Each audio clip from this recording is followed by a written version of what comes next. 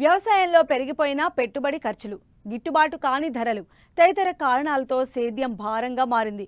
దీంతో చాలా మంది రైతులు వ్యవసాయాన్ని వదిలి ప్రత్యామ్నాయదారులు వెతుక్కుంటున్నారు. కానీ పశ్చిమ గోదావరి జిల్లాకు చెందిన ఓ రైతు పెట్టుబడులను తగ్గించుకుంటూ ప్రకృతి వ్యవసాయంలో కూరగాయలు పండిస్తూ అధిక లాభాలు ఆర్జిస్తున్నారు.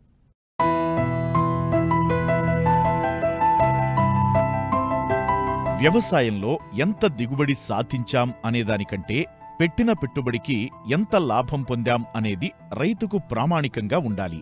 తక్కువ ఖర్చుతో నాణ్యమైన ఉత్పత్తిని అందిస్తున్న ప్రకృతి సాగు విధానాలు వ్యవసాయంలో ఒక మంచి పరిణామంగా నిలుస్తున్నాయి. ఆదాయాన్ని మరింత పెంచుకునే విధంగా పంటల సాగులో రైతులు అనుసరిస్తున్న విధానాలు సేద్యం పట్ల మరింత భరోసాను నింపుతున్నాయి. ఇలాంటి సాగు విధానాలతో తోటి రైతులకు ఆదర్శంగా నిలుస్తున్నారు పశ్చిమ గోదావరి జిల్లా యలమంచిలి మండలం చించినాడ గ్రామానికి చెందిన రైతు వీరరాఘవులు.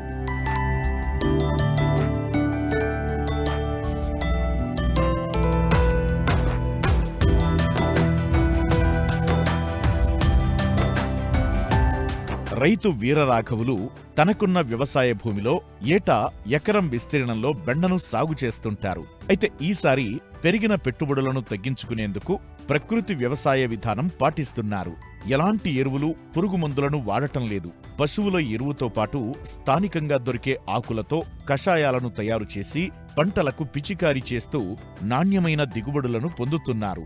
వచ్చిన దిగుబడులను సొంతంగా వినియోగదారులకు అమ్ముతూ అధిక లాభాలను ఆర్జిస్తున్నారు. బెండ సాగు చేస్తున్నానండి. ఫస్ట్ కొండ దుక్కు 4 సార్లు దున్నేసండి. సేంద్రియ ఎరువు పెంట ఒక 4 టాటర్లో ఎకరానికి వేసి జిమ్మేసి మళ్ళీ ఇంకో ఎనమారు తోలి మళ్ళీ అట్లా గోతులు తీసండి. ఆ గోతులు తీసిన తర్వాత మళ్ళీ మొక్కలు 3 గింజలు లైన్లుగా తోడు కట్టుకుని లైన్గా వేసుకెళ్ళి అక్కడి నుంచి మళ్ళీ గాళ్ళు వేసుకుని ఆ గాడిలో నీళ్ళు పడేలాగా వారానికి 2 సార్లు నీళ్ళు పెడితే అండి మొక్క పుసలంగా వస్తుంది. ఈ సేంద్రియ పెంట ద్వారాగా ఎప్పుడు నిత్యం కష్టపడాలండి. ఒక ఎకరానికి బెండ విత్తనాలు 1 కేజీ పడుతుందండి.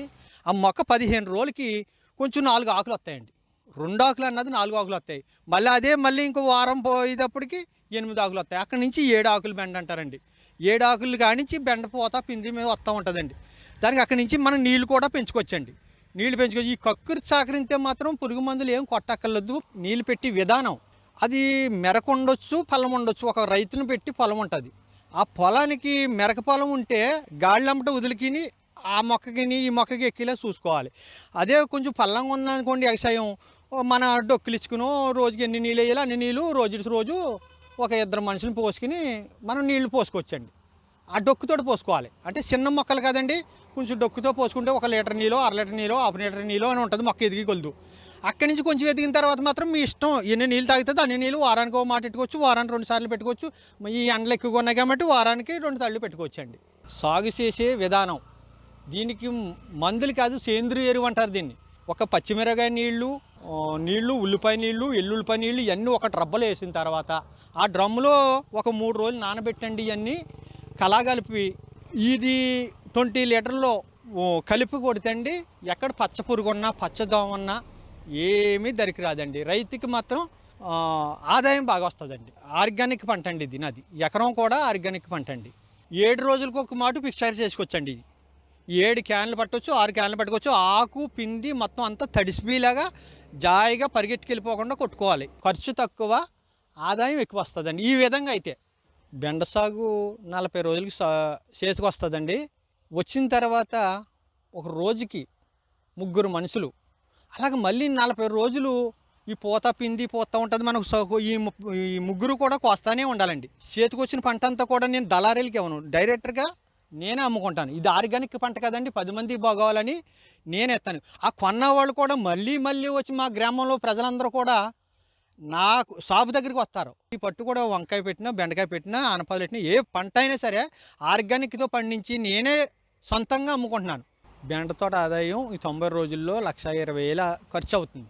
అధిక లాభం ఇవన్నీ పోను 1,20,000 ఖర్చు పోను 2 లక్షల ఆదాయం సంపాదించుకోవచ్చు ఈ 90 రోజుల్లో. ఇది ప్రతి రైతు కూడా ఆర్గానిక్ పంటలు పెట్టుకుని చక్కగా ఎవరి వాళ్ళు కష్టపడి చేసుకుంటే అందరికీ ఈ 90 రోజుల్లో 2 లక్షలు మిగులుతుంది. పెట్టుబడి పోను. మండే ఎండల గురించి వాతావరణానికి ఏమేం పోషకాలు తీసుకోవాలి అన్నీ కూడా తీసుకున్నాను. ఇంతవరకు కూడా నా బెండ తోట చాలా బాగుందండి. చక్కగా పూత పిండి మీద ఉందండి. ఎక్కడికి ఇప్పుడు నాకు మాత్రం సేంద్రియ ఎరువు వల్ల మన లాభమే కానీ మనకి నష్టం లేదు. కానీ ప్రతి ఒక్కరు కూడా మీరు ఇలా సాగు చేసుకుని, ప్రతి రైతు కూడా సాగు చేసుకుని అందరూ బాగోవాలని సెలవండి.